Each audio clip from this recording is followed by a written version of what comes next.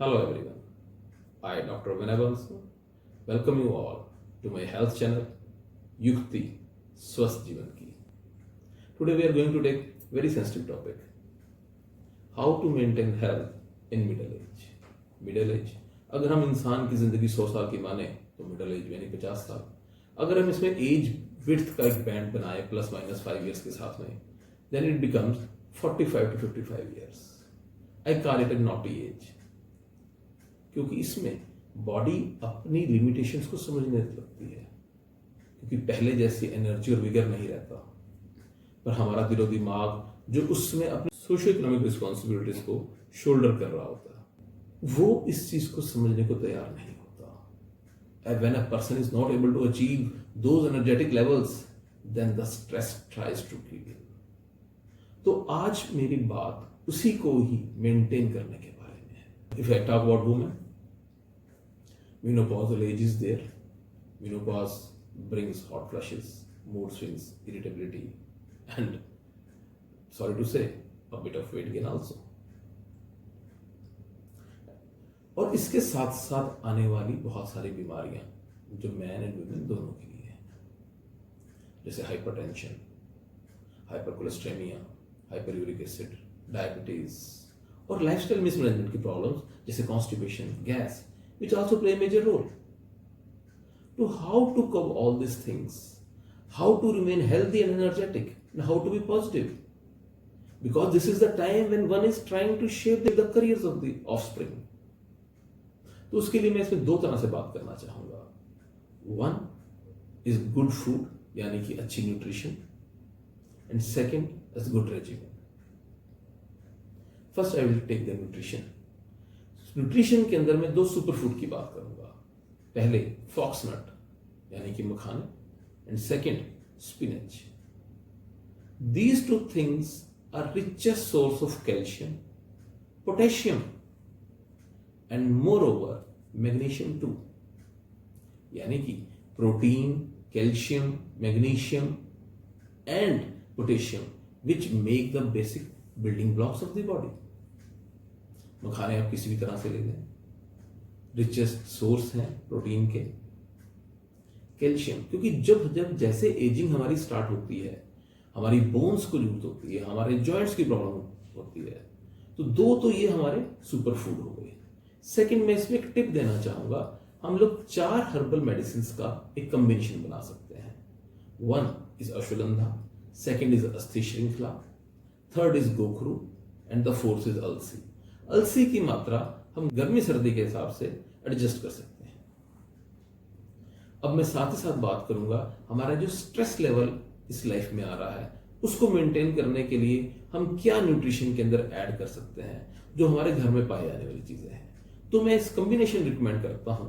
उसमें हम 250 ग्राम बादाम गिरी हमेशा मामरा लेनी चाहिए.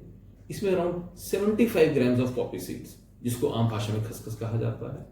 100 ग्राम के करीब चारों मगज में कद्दू, खीरा, ककड़ी और तरबूज ले सकते हैं.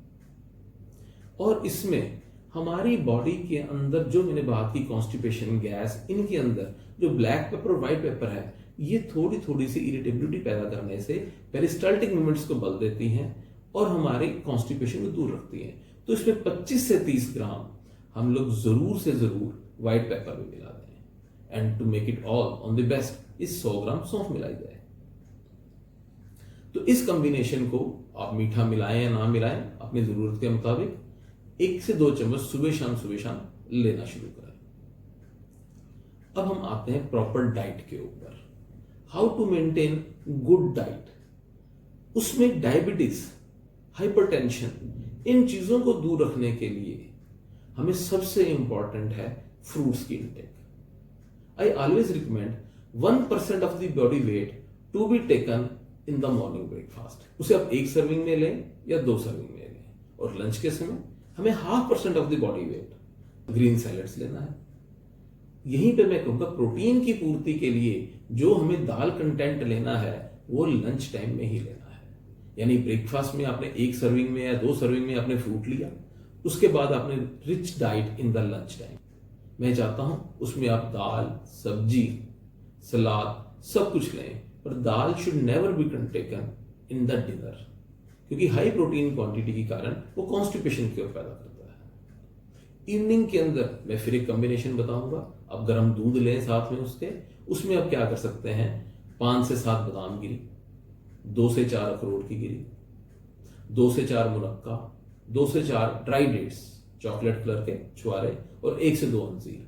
अगर आप इस ध्यान से इस कॉम्बिनेशन को देखें तो इसमें हमने protein, vitamin A, E, B complex, आपकी हड्डियों के लिए, ताकत के लिए, ज्वाइंट केयर के लिए वॉलनट्स, और आयरन कंटेंट के लिए मुनक्का और छुआरे, और आपके बॉडी के रिक्वायरमेंट फाइबर के लिए अंजीर। इनको वाटर सोक कर दें सुबह, शाम को बादाम और अखरोट को पील ऑफ कर लें, मुनक्का और छुआरे की गिटक निकाल दें और अंजीर को कट करके इसको ओपन करके देख लें कि क्या इसमें कोई कीड़ा तो नहीं है। इन सबको मिक्सी में पेस्ट बना के गर्म दूध से शाम को लें।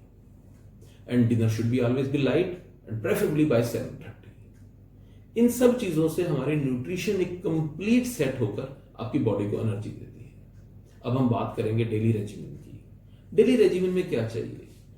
एक, हमें बॉडी को रिवाइटलाइज करके रखना है, ऑक्सीजनेशन प्रॉपर करनी है, साथ ही साथ हमें डिस्ट्रेस भी रखना है। तो उसके लिए इससे पहला काम योगिक क्रियाओं का है।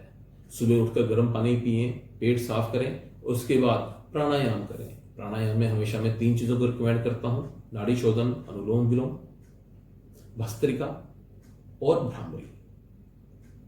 इन तीनों के साथ में यहां मैं स्ट्रेस करूंगा 5 से 10 मिनट के लिए मेडिटेशन के ऊपर भी, ताकि जहां हम अपने लंग्स को ऑक्सीजनेट कर रहे हैं वही माइंड को रिलैक्स करने के लिए, डिस्ट्रेस करने के लिए हम मेडिटेशन का भी प्रयोग करें।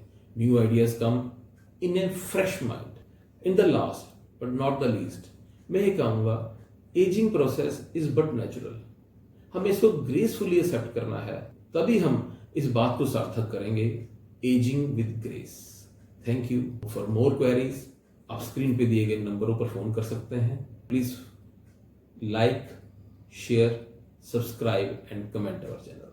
Thank you.